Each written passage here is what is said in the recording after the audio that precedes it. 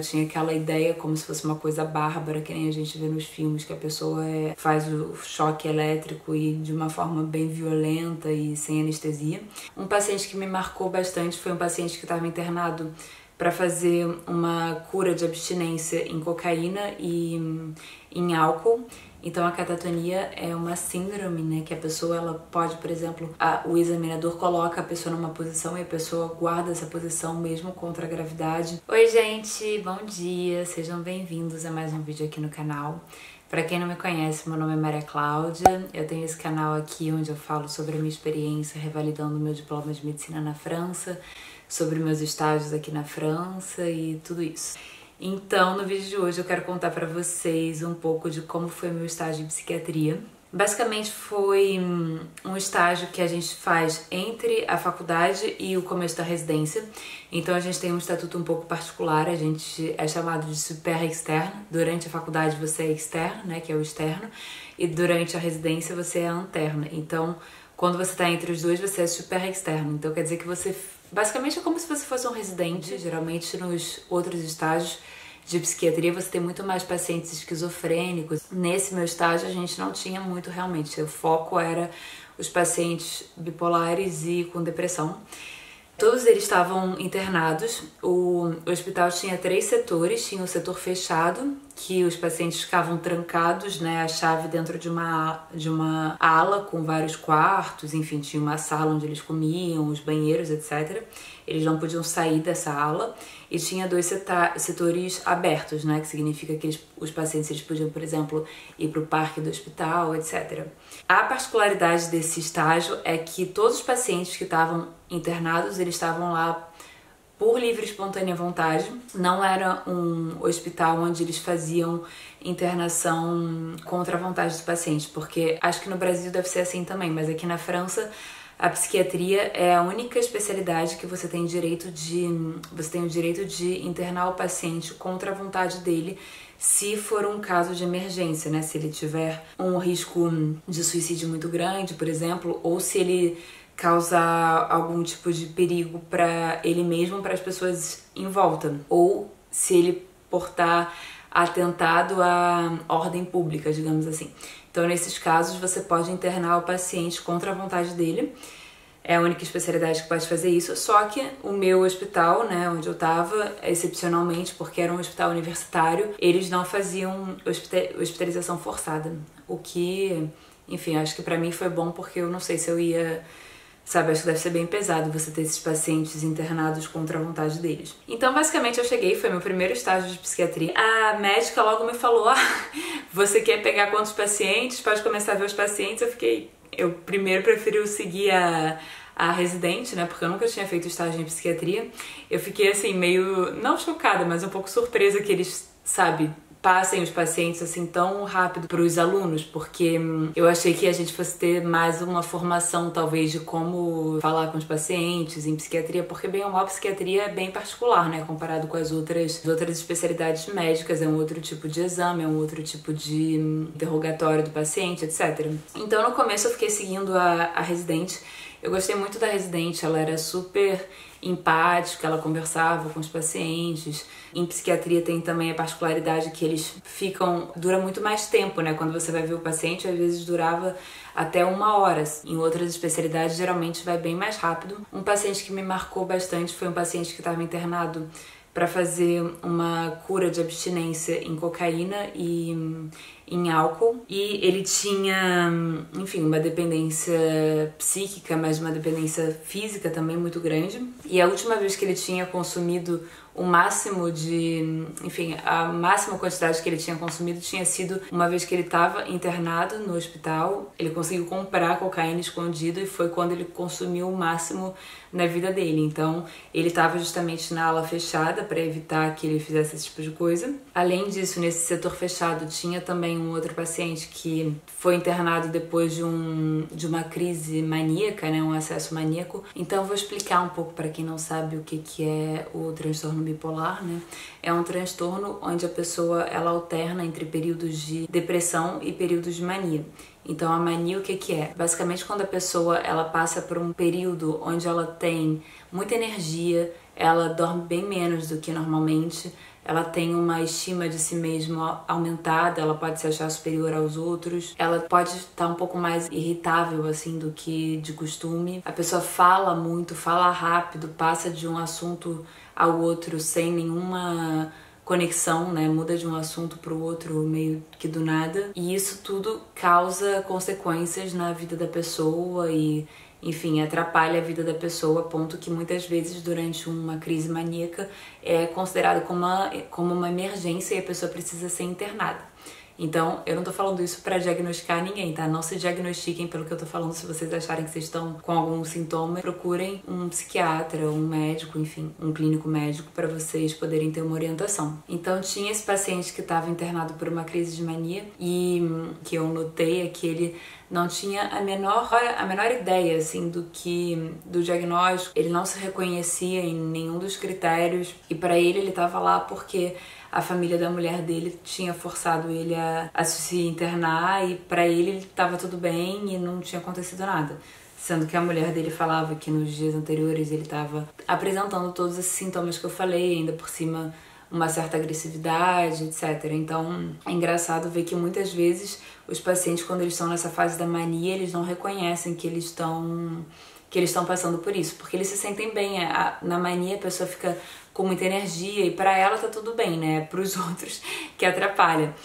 Na mania a pessoa também pode, por exemplo, gastar mais do que o normal ou então ter relações sexuais com pessoas desconhecidas. Além disso, outra coisa que me marcou foram os pacientes idosos. Como tinha paciente idoso que você perguntava, quando você falava com eles, era uma coisa bem sutil, assim, você quase não percebia que a pessoa tinha sintomas de depressão. Ela falava, sabe, aquelas velhinhas arrumadinhas, todas que se apresentam super bem.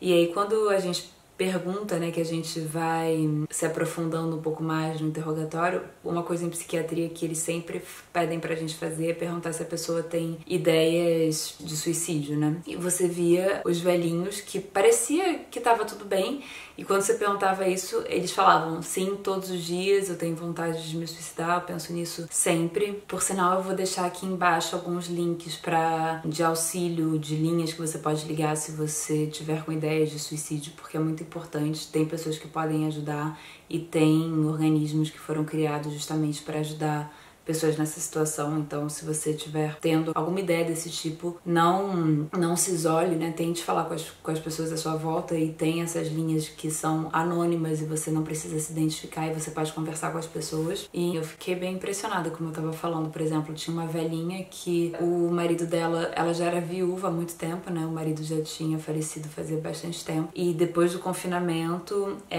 a igreja fechou, ela teve que parar de ir pra igreja e isso causou uma interrupção, né, no funcionamento dela. Ela parou de comer e ela foi internada também de forma urgente, né? E ela, como ela já era velhinha, ela respondia muito mal aos tratamentos antidepressivos, os remédios, né? Ela tinha vários efeitos colaterais, ela teve uma retenção aguda de urina, etc. Então, o único tratamento que funcionou nela foi a eletroconvulsoterapia. Isso era outra coisa que eu queria falar, porque a eletroconvulsoterapia, eu, por exemplo, nunca tinha visto uma cura, né, de eletroconvulsoterapia. E eu tinha um pouco de preconceito, né? Eu tinha aquela ideia como se fosse uma coisa bárbara, que nem a gente vê nos filmes, que a pessoa faz o choque elétrico e de uma forma bem violenta e sem anestesia. Então eu fui assistir um dia pra ver como é que era e basicamente é bem diferente do que eu tinha pensado. A pessoa, ela é anestesiada, ela tem anestesia geral, então ela não sente dor nenhuma, ela não tá consciente. E o choque que eles realmente dão um choque elétrico, né? Dura no máximo 1 minuto. Oi, gente, eu tô aqui editando e eu errei falando uma coisa. Na verdade, o choque em si, ele dura só alguns segundos. É a crise convulsiva depois, que pode durar mais ou menos de 20 segundos a 1 minuto. A gente considera que o choque é eficaz quando a crise, né, depois do choque dura mais de 20 segundos. É bem rápido. É um pouco impressionante mesmo assim, porque a pessoa depois do choque, geralmente ela tem uma crise convulsiva, né, como se fosse uma crise convulsiva. Só que é uma terapia super eficaz. Em muitos casos é a única coisa que funciona. E até, assim, situações que a gente não pensaria, mas, por exemplo, mulheres grávidas que não podem receber alguns remédios, pode ser usado nas mulheres grávidas. e funciona, em alguns casos é um tratamento assim, onde quando não tem nenhum outro remédio que funciona, a eletroconvulsoterapia funciona super bem. Um dos efeitos colaterais que pode acontecer é que a pessoa pode ter problema de memória, principalmente durante as curas, né, de choque elétrico, mas em alguns casos também acontece que ela se esqueça de coisas que aconteceram no passado. Mas é bem mais raro, geralmente dura só o tempo que a pessoa está fazendo a eletroconvulsoterapia. Então isso é um pouco impressionante. Mas, enfim, é importante a gente saber que existe, né? E a gente saber indicar e a importância. Essa questão do suicídio realmente foi bem pesado. Quando você... Basicamente, todo dia você pergunta para os pacientes, né? Se eles têm esse tipo de ideia. E isso acaba se tornando parte do seu dia a dia. E no começo, justamente, eu tava na dúvida entre medicina geral e psiquiatria. E foi um dos motivos que me fez escolher medicina geral também. Porque hoje em dia eu penso... Sendo medicina generalista, né, que é o tipo médico da família, você necessariamente vai lidar com assuntos de saúde mental, mas talvez você não vai ter pacientes tão graves, e se você tiver pacientes graves, você vai encaminhá-los para um psiquiatra, né? Então, é isso. Eu achei, por um lado, que a psiquiatria é uma especialidade muito bonita e eu tenho muita admiração, mas é bem pesado, assim, no dia a dia você tem que criar uma carapaça para você se proteger. Eu acho que com o tempo você deve aprender a fazer isso, né? Além disso, a gente teve também uma paciente bem jovem, que chegou em estado de catatonia.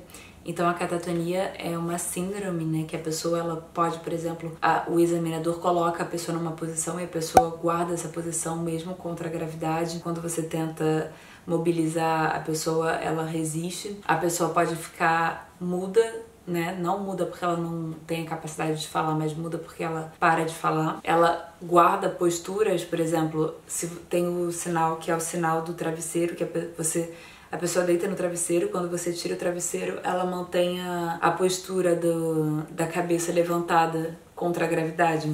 Uma coisa totalmente fora do natural, né? Tem também a ecolalia e a ecopraxia. A ecolalia é quando o examinador ele fala alguma sílaba e a pessoa repete a sílaba que ele falou no final. Então, por exemplo, eu falo sílaba e ela fica ba, ba, ba. E a ecopraxia é quando o paciente ele repete os gestos do examinador. Então, é uma síndrome que pode ser causada por várias causas, mas muitas causas são psiquiátricas. E essa paciente, por exemplo, ela tinha um transtorno bipolar e, além disso, ela tinha também um câncer que ela precisou tomar corticoide. E os corticoides que ela tomou descompensaram o transtorno dela e ela ficou com a catatonia. E ela, o que funcionou, que nem eu estava falando, foi a eletroconvulsoterapia, foi o tratamento que tirou ela da catatonia e ela voltou ao normal. Ao longo da hospitalização, né, depois que eu vi a paciente, porque depois eu mudei de ala. No começo eu estava nessa ala fechada e depois eu mudei para ala aberta. Depois de umas 2 ou 3 semanas, quando eu revi a paciente, ela estava normal. Enfim, falando de forma normal, sendo que quando ela chegou ela não falava, ela ficava parada. Realmente a catatonia que nem eu estava explicando para vocês. E foi impressionante a melhora que ela teve, foi justamente com a eletroconvulsoterapia. Eu acompanhei vários pacientes que estavam numa síndrome depressiva, né? E é bem complicado os pacientes, às vezes a gente, que nem eu falei, eu não fui treinada, né, também com técnicas de psicoterapia.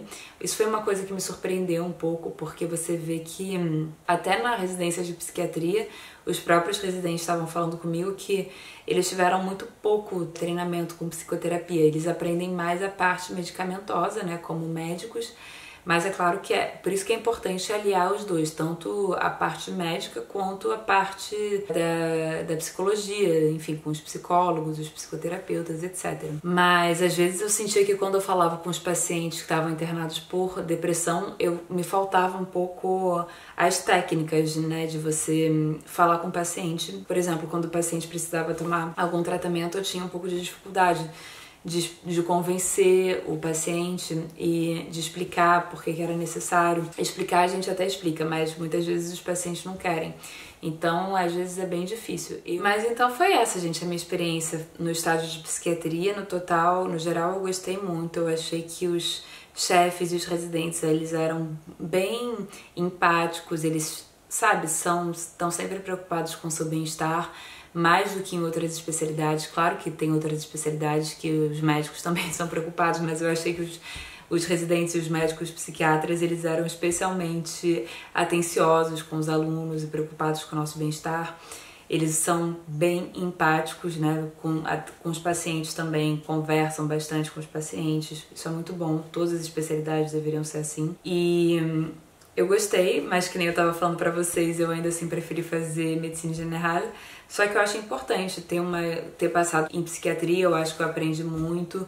Eu vou saber depois no futuro quando receitar um antidepressivo, quando receitar os antipsicóticos, etc. E foi uma experiência muito boa.